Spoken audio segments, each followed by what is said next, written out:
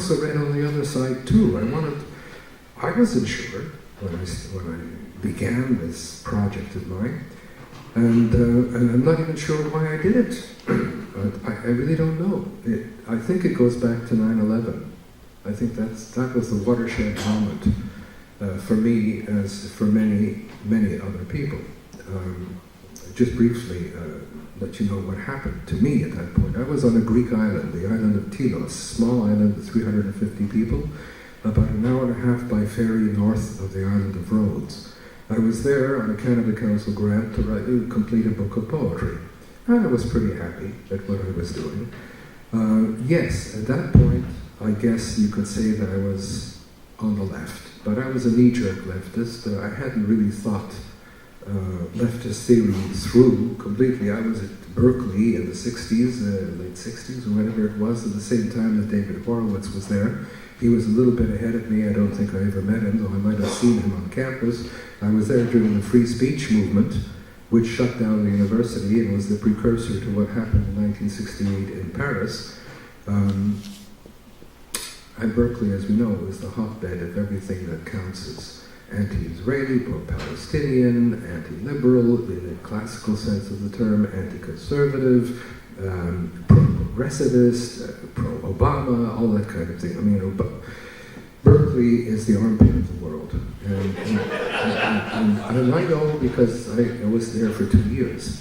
And I was there in the midst when the university sort of erupted. That's where it all started, right? In the early 60s at Berkeley.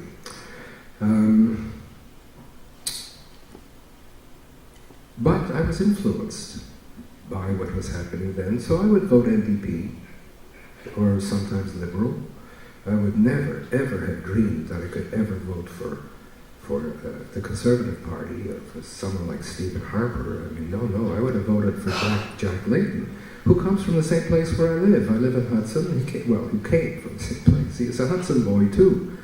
And he also, like David Suzuki, has recently been canonized.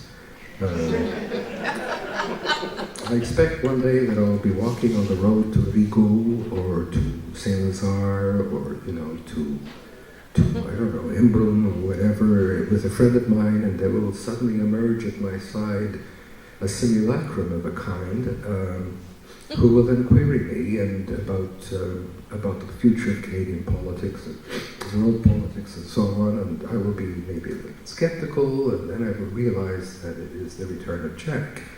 And we will proceed to Embrun or Emmaus or wherever it is.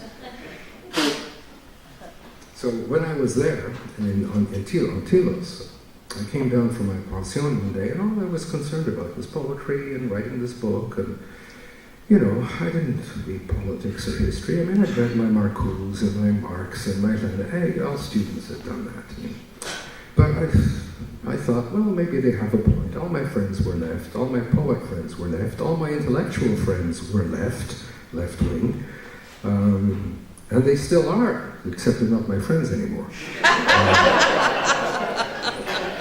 When you think of someone like Margaret Atwood having opposed the entry of Sun Media into this country without really knowing anything about it, except that it might be some kind of clone of Fox News, that was enough to shut down the debate immediately and say that they should not be granted a license.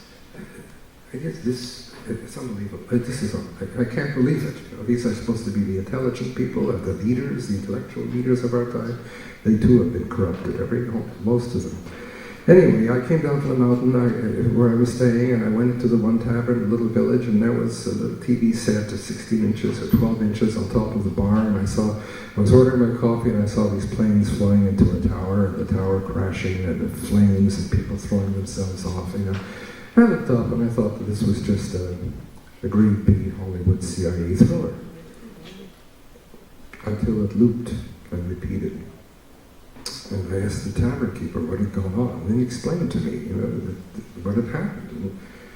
And it struck me as something inconceivable at that time. I mean, this was not part of my world, and it certainly wasn't part of most people's world at that time. And then I wanted to get back to Montreal or Hudson, and I couldn't get off the island. There were no boats, there were in Athens, there were no planes. I was told by the travel agent on the island I might be stuck there for weeks or months. And that's when I began to think. And I spent some time on the island just wandering the beaches, the little town. There were 2 little towns on the island, just wondering, what is happening here? What do I know about it? And I realized that I knew almost nothing about it. I knew almost nothing about politics, about world history, except what I had read intermittently and in a desultory fashion. Then it occurred to me, I was thinking of John Donne's 17th devotion. No man is an island to himself. Every island is a part of the main, and so on. And I thought, little Telos here is really a part of the United States of America. We're connected. And I might be in some way responsible for what had happened. How, I didn't realize at the moment, but I thought my ignorance might have something to do with it. I didn't understand that Islam had been at war with Western civilization for 1,400 years and so on. All this was beyond my ken. And I finally got back. I quit my job as a teacher, and I spent 5 years reading up on world history and politics, and I wrote a book called The Big Lie on Terror, Anti-Semitism, and Identity. It was also then that I suddenly rediscovered my Jewish identity, which I had forgotten about for so many years. My mother, the daughter of a long line of rabbis, had disinherited me. I was anti-Israeli, I was pro-Palestinian, all that kind of stuff that we understand is part and parcel of the leftist ideology. 9/11 changed me. And